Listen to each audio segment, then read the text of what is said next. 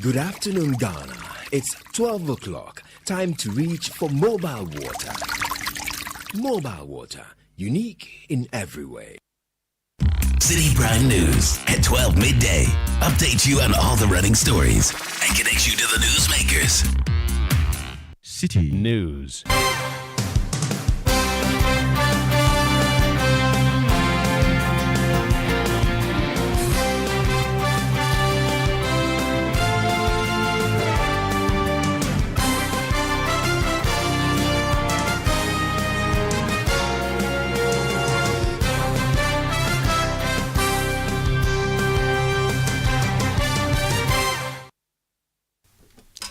It's midday. Hello, good afternoon, and welcome to the Citi Prime News. We're coming to you live from our studios at number 11, Dr. Martin Loop in Adabraka, Accra.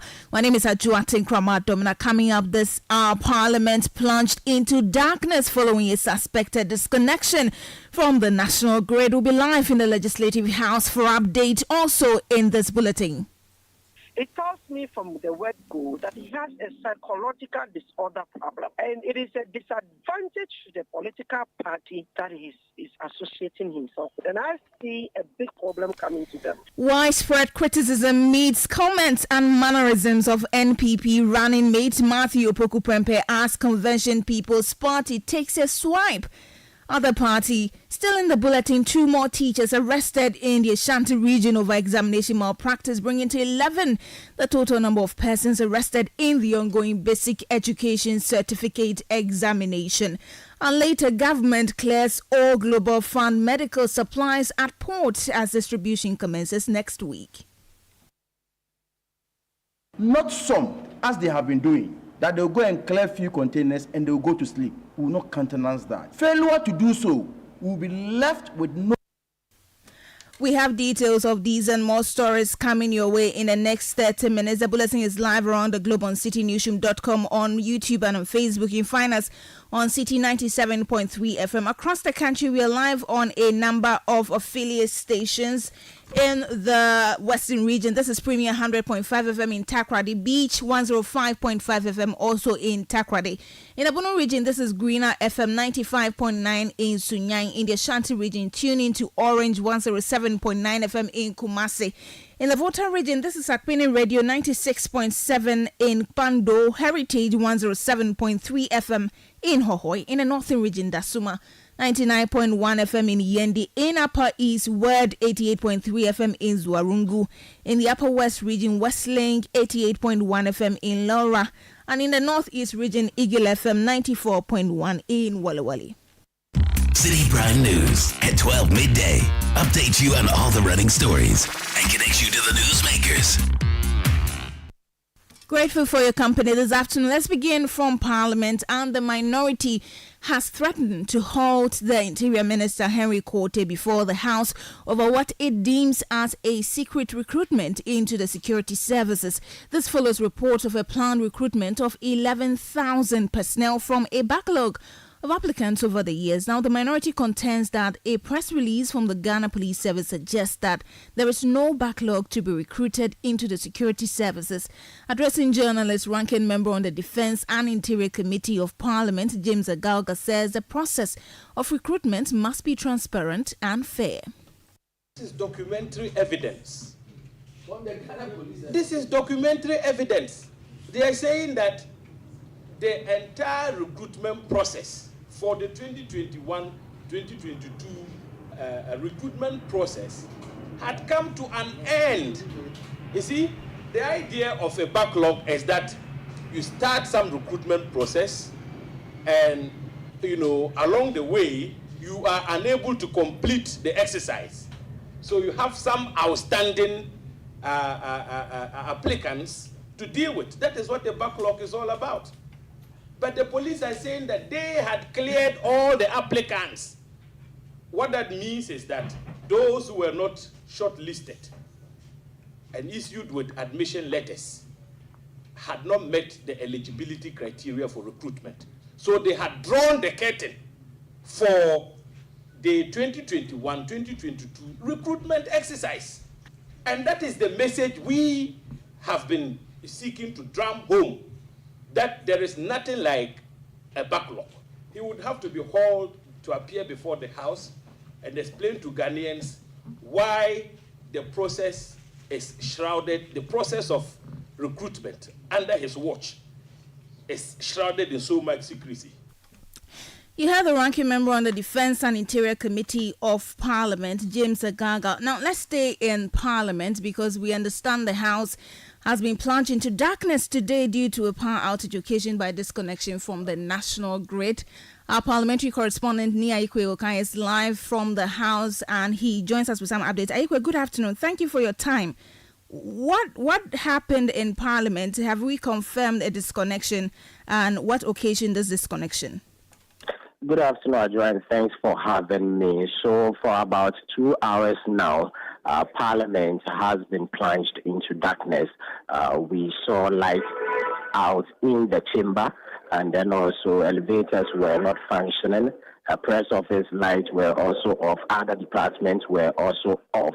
And then what my sources told me was that there's been some disconnection by the Electricity Company of Ghana, ECG, over indebtedness to them by Parliament. And now, as it stands, for about 30 minutes, we saw that the plant of Parliament was being forwarded to ensure that it powers, the House for parliamentary business to take place. And that was when we saw it come on and then go off, come on and go on for about 30 minutes. But just within the last 3 minutes, it's been on, and we are just hoping that this would be on for good and we wouldn't have any lights out again. So we're just hoping that sitting would soon commence once the lights are back, because it's delayed.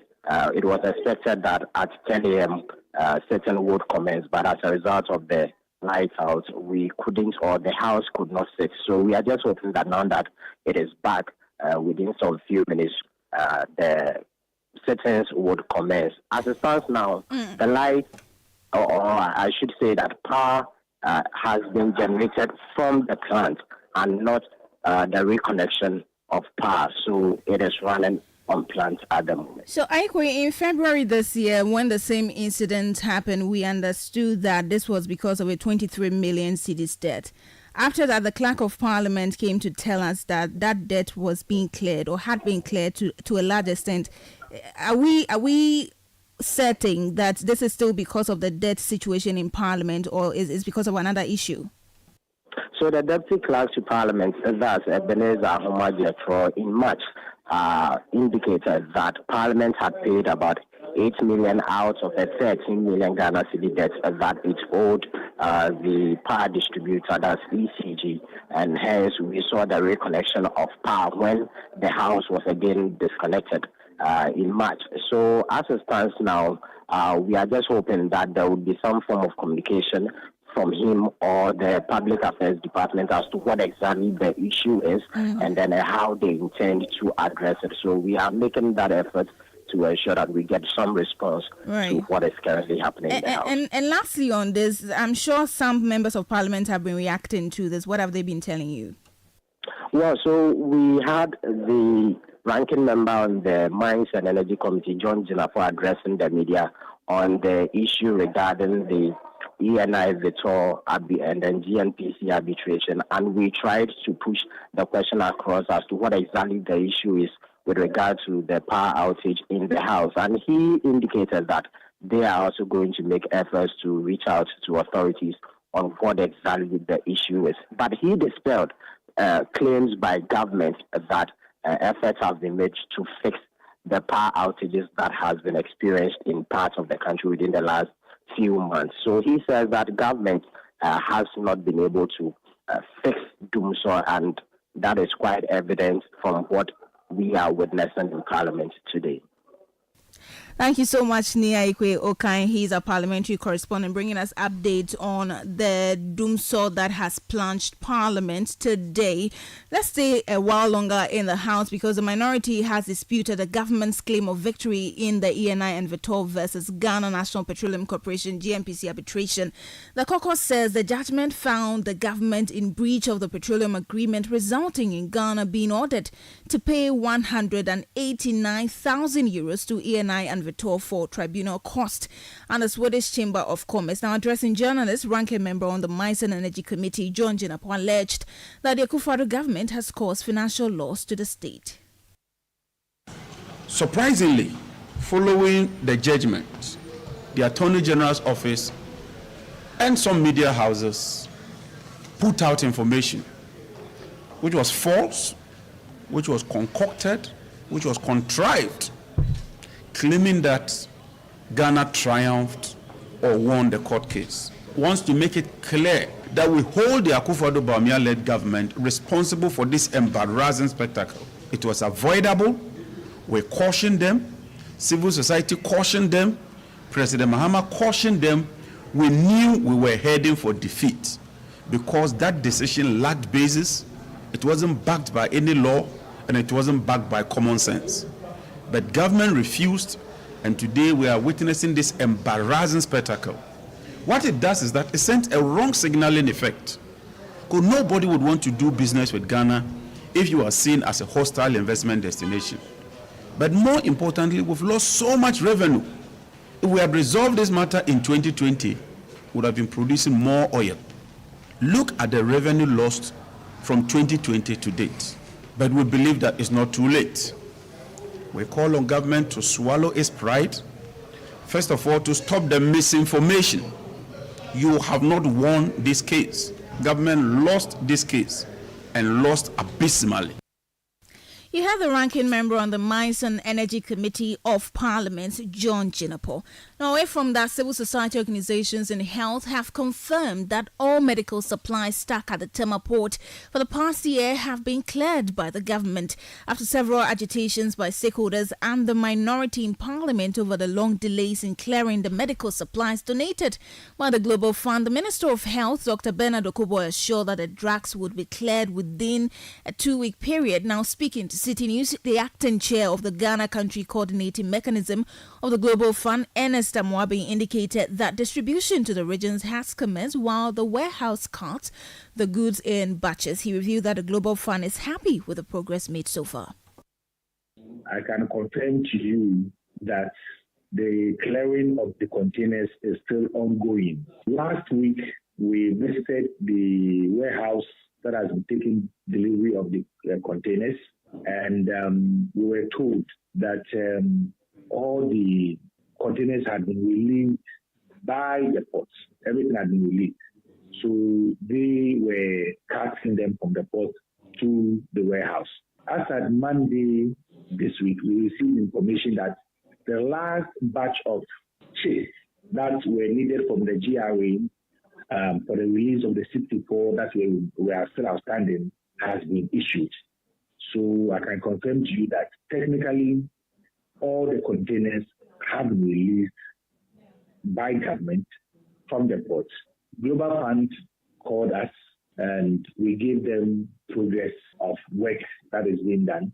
And based on the update that we gave them, they are quite happy that the work is still ongoing. After the time we visited the warehouse, some of those which had already come in were being transported to the regions. So because of the situation, there's an emergency deployment plan. So as and when they come in, they are deployed to the regions. That was the acting chair of the Ghana Country Coordinating Mechanism of the Global Fund, Ernest Amwabi. Now, 2 more teachers have been arrested in Citi Prime, so in the Ashanti region, for involving in examination malpractice following the earlier arrest of 3 teachers and 2 local residents in Bekwai for similar offences for the first day of the BC. The Ashanti Regional Branch Controller of the West African Examination Council, Divine Walanyo Akponyo, in an interview with Citi News, indicated that some supervisors accused of colluding with private schools to aid students during the exams have been replaced. He cautioned that both teachers and parents must refrain from visiting examination centers to prevent further instances of malpractice, emphasizing the severe consequences that await anyone caught cheating. Yeah, so far so good. We started on Monday, I would say on a good note, except for a few places where we arrested some teachers and some town folks Whatever challenges have come up so far, we've addressed them. On Monday, some people were arrested at Bekwai. Tuesday, we arrested some teachers too at Citi Prime. Yes, so far in Kumasi, these are the ones that have been brought to my notice. Before the exam started, we had a hint that there were some supervisors who were arranging with private schools to take money so they could assist their students. We've had them removed. You heard the Ashanti Regional Branch Controller of WAEC, Divine Walanyo Agbonyo. Meanwhile, the Public Relations Officer of the National Council of Parent-Teacher Associations, Irene Sam, has expressed disappointment at the invigilators and teachers who were arrested for alleged misconduct. According to her, the corporate should be sanctioned to serve as a deterrent to others. You see, this whole thing about examination malpractice, we have talked about it time without number. We have educated our parents, and even school management, they are all aware. Invigilators, they know what they are mandated to do. So you don't expect such a thing coming from them. This kind of malpractice that we want to end, this keeps on surfacing every year and every year. It is becoming too much. But we are of the view that when these people are culpable, they should be sanctioned. And when they are sanctioned, it should be made public. Then to serve as a deterrent to others who may like to do that thing. To, undermine the integrity and the credibility of the DEC. So we are pleading that such things should be avoided. It is not going to augur well for us. It's not helping our students either. If you come out and then your certificate that you are holding is not genuine, what have you made out of yourself? If the child would go to senior high school and is struggling, what have you done to that child? So we are pleading that such malpractice shouldn't come from them. We have educated our parents enough, and even the students, and management should know better. That things shouldn't be repeated. Irene Sam is the Public Relations Officer of the National Council of Parent-Teacher Associations.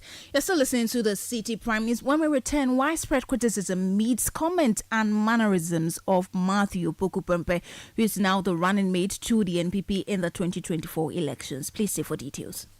Citi Prime News at 12 midday. Update you on all the running stories and connect you to the newsmakers. Is your essay ready? Have you already submitted it? In 2024, who will be crowned the new champion? We're getting closer and closer to the deadline for submission. As a JHS student, don't miss out on the opportunity to win a whopping 10,000 Ghana cedis and an entire year of bragging rights for being the very best JHS student in Ghana. Additionally, you get to have your voice and thoughts heard nationwide as you contribute to national discourse. Here's how to join the Literacy Challenge 2024. In not less than 600 words, write about the role of the youth in shaping the future of Ghana. What changes would you like to see, and how can young people contribute to making them happen? Script must be in your own handwriting. Script must be endorsed by a parent. Add your full contact details. Deadline Saturday the 13th of July 2024. Submit entries to the front desk of Channel 1 TV in Tesano or 97.3 Citi FM in Adabraka, or send it to PO Box GP 14123 Accra Central. For inquiries, call 0205 973 973. The Literacy Challenge 2024 is powered by Citi FM, supported by Channel 1 TV, and is sponsored by Ghana National Gas Company, Alive Soap. Feel fresh, feel alive. From the House of Wilma Africa Limited. Fortune spread for bread. Yummy, delicious, always on point. Another quality product from Wilma Africa Limited. Ruby Biscuits by M4 Foods and Prospectus Ghana Limited.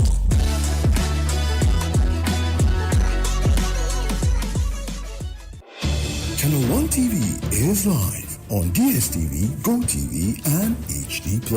On DSTV, Find us on Channel 363. On GoTV, we're on Channel 117. And on HD Plus, get us on Channel 108. On a digital TV, run a new search. But take note that without an antenna, you cannot access Channel 1 TV. Channel 1 TV can be accessed on any free-to-air digital box, like the DSTV and HD Plus boxes. Channel 1 TV, telling your story, empowering change. Citi Prime News at 12 midday. Update you on all the running stories and connect you to the newsmakers. Yeah, welcome back. Let's bring in some more stories this afternoon. The Member of Parliament for Esuojaman, Thomas Nyakwampim, has urged the Water River Authority, the VRA, to intensify community engagement as it plans to spill excess water from the Ekosomo Dam. A similar exercise last year led to massive flooding in low-lying areas along the Water River, leading to displacement of about 30,000 people and loss of properties. The VRA was criticized for how it handled the situation following the disaster. Now, as the VRA prepares to spill again, the Esuojaman MP wants the authority to ensure that communication gets to the various communities.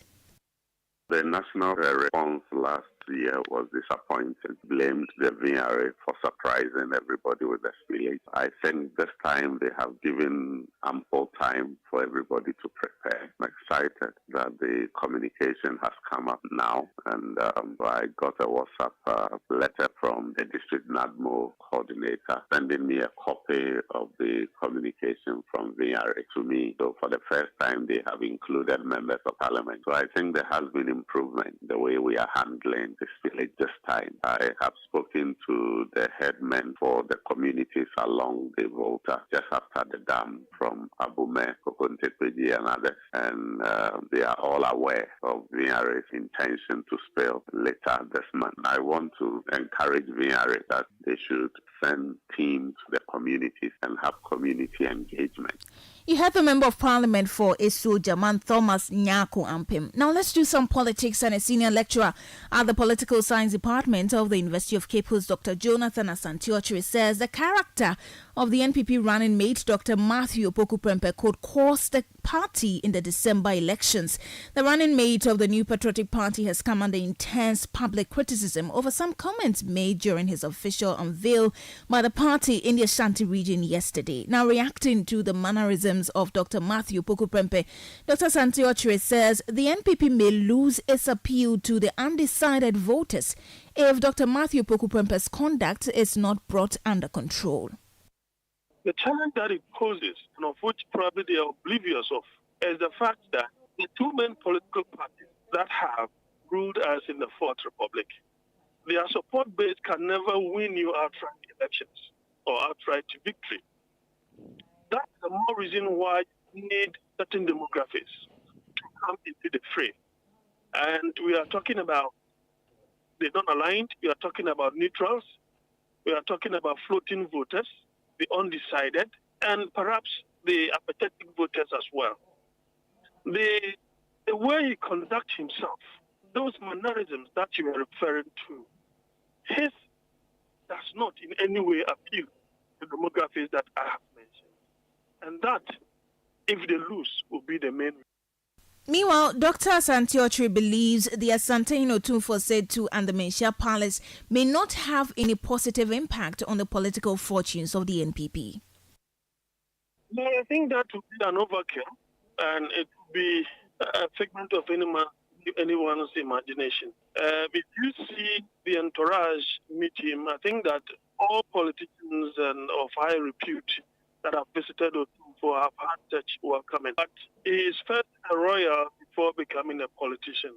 So according to him, all those practices may stretch the view that they are better wading into politics, and that in itself could take some kind of value off the value that we have for the stew, so to speak. But I think that would be an overkill of the situation. Dr. Jonathan Asante-Okyere is a senior lecturer at the University of Cape Coast. Now, the opposition National Democratic Congress, in reaction to this, says the NPP's efforts to sell its running mate, Matthew Opoku Prempeh, to voters have woefully failed. Now, Deputy General Secretary of the party, Mustapha Gbande, described Dr. Opoku Prempeh's comment as unfortunate and described the unveiling ceremony as a comedy show. Our opponents, the NPP in government, have failed the opportunity to rebound. Number two, if the appointment and the whole function was to activate and rejuvenate the Ashanti base of the NPP, it has failed because it hasn't yielded results. If they were doing so to project persons or two individuals who are capable of becoming president and vice president post President Akufo-Addo's regime, then yesterday was a bad story. Yesterday was an opportunity for the vice president to disprove that the country is not on autopilot. But as natural of him, it was a comedy platform. You heard Mustapha Gbande, he's Deputy General Secretary of the National Democratic Congress. Well, from the NDC, the CPP has also been reacting, and the party has taken a swipe at the New Patriotic Party's running mate for his disparaging comments against the first president of Ghana, Osagyefo Dr. Kwame Nkrumah.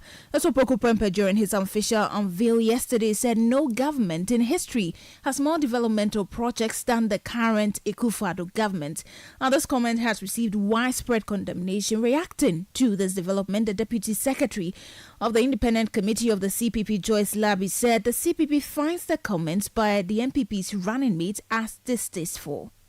As a mature politician, you need to speak to the people, speak to the issues, speak to why you think you can be a better mate to the driver. But going to the grave to talk about a man who has won the African Man of the Millennium, even after decades of his death, to compare President Akufo-Addo's achievement to him, it tells me from the word go that he has a psychological disorder problem. And it is a disadvantage to the political party that he is associating himself with. And I see a big problem coming to them.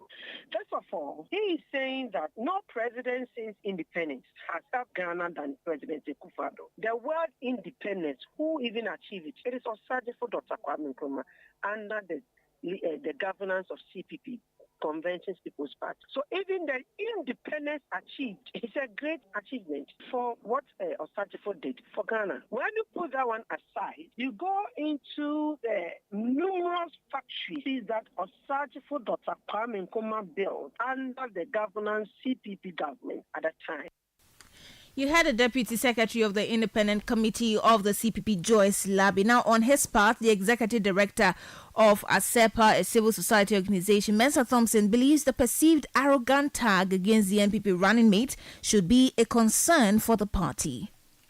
I think yesterday was a very instructive day. If you remember, prior to the announcement of Dr. Opoku Prempeh, there has been a series of concerns that has been raised by people about his persona, his competence, and a number of things. Yesterday was a fine opportunity for Dr. Opoku Prempeh to prove his critics wrong. Unfortunately, looking at what transpired yesterday, I think the NPP should be very, very worried going into the 2024 elections. For independent-minded people watching the proceedings yesterday, even for those who've never had an encounter whatsoever with Dr. Opoku Prempeh, after watching his unveiling yesterday and his first public commentary after his nomination, I'm sure that person will be wondering what went into the decision of the NPP choosing him as a running mate. It was extremely awful to behold. And I think that for want of a better expression, the NPP may have handed the 2024 elections to the NDC on a silver platter.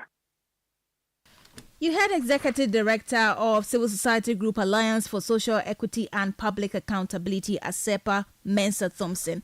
Well, still reacting to this, Global Info Analytics Executive Director Musa Dankwa says he doubts the NPP will be able to get the 85% votes they are projecting in the Ashanti region.